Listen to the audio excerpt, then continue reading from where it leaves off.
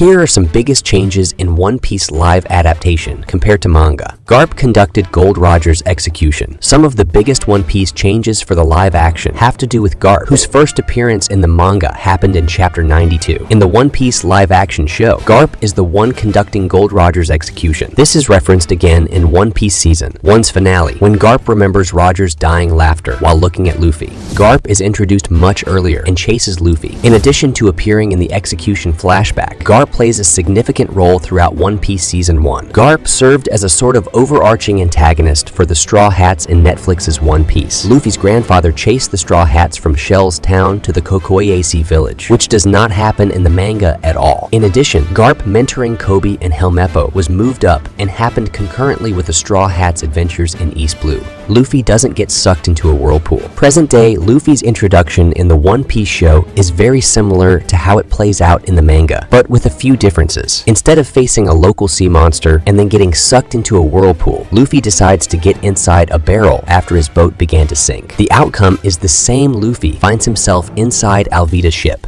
Zoro fights the Baroque Works Mr. 7 on screen. Zoro's introduction in Netflix's One Piece is very different from the source material. Instead of meeting the demon pirate hunter at Shell's town, audiences are introduced to Zoro in front of Kina's grave. In addition, Zoro fights Mr. 7 after the member of the Baroque Works tries to recruit him. While this fight canonically happened in the original story, it was only referenced much later and was not shown at the beginning of One Piece. Nami is introduced at Shell's town. In the manga, Nami only joins the story in Chapter 8 after the conclusion of the Shell's town arc. In Netflix's One Piece, Nami is introduced a few minutes into episode 1 and participates in the Shell's town arc. This was similar to how it played out in the One Piece anime, whose first episode also featured Nami.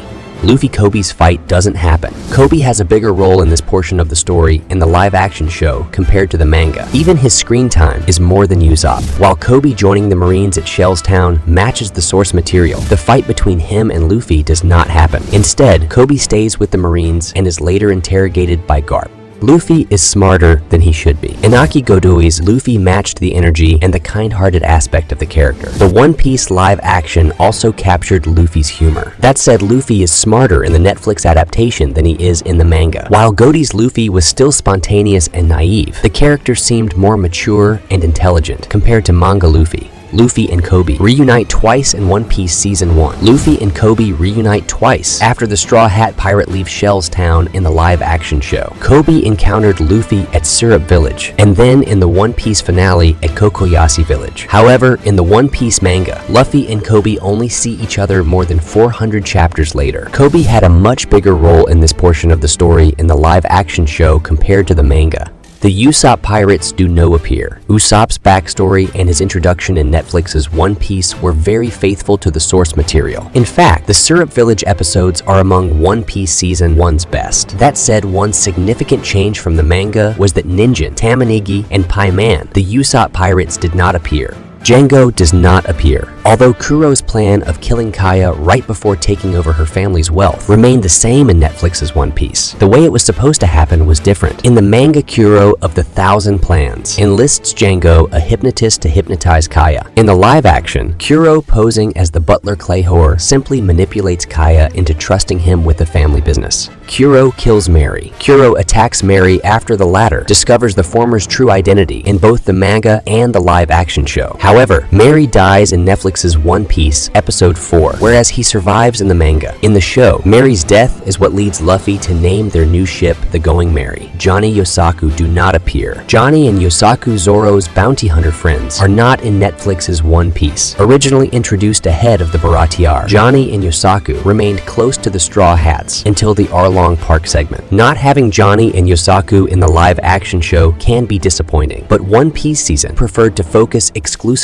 on the original Straw Hats. Arlong replaces Don Krieg at the Barati. Don Krieg is in Netflix's One Piece season, but in a much smaller role compared to the manga. Mihawk encounters Don Krieg's pirates and causes them major losses, just like the source material. However, in the show, Mihawk kills Don Krieg before Luffy even gets to the Barati. Instead of facing Krieg at the restaurant, Luffy fights Arlong in what was one of the biggest changes from the One Piece manga. Replacing Krieg with Arlong streamlined the story, and it made Arlong a bigger presence ahead of the Arlong Park episodes. happens. Arlong captures Buggy. Arlong captures Buggy in One Piece, Episode 3, and proceeds to take the clown's head to the Barati. There it is, revealed that Buggy put one of his ears inside Luffy's hat, which is why Arlong knew where to find the straw hats. None of this happens in the manga. In the original story, Luffy punches Buggy's head away from the clown's body. Buggy only recovers a few parts of his body, and then goes on a funny journey before meeting Alvida. Nojiko Genzo didn't know about Nami's deal with Arlong. Nami's secret and the reason she was working for Arlong remained unaltered in Netflix's One Piece. However, in the live-action show, neither Nojiko nor Genzo are aware of Nami's deal with Arlong. Both of them believe Nami chose to work for the person who killed Bell, Mir. Nojiko only discovers the truth in One Piece episode 7 shortly before Nami's money is stolen. In the manga, Nojiko and the rest of the village learn about why Nami is doing what she is doing not too long after she joins Arlong. So, what's your opinion on this? Tell me in the comment section. And thanks for watching this video. If you like this video, please give it a thumbs up and consider subscribing my channel for more awesome videos.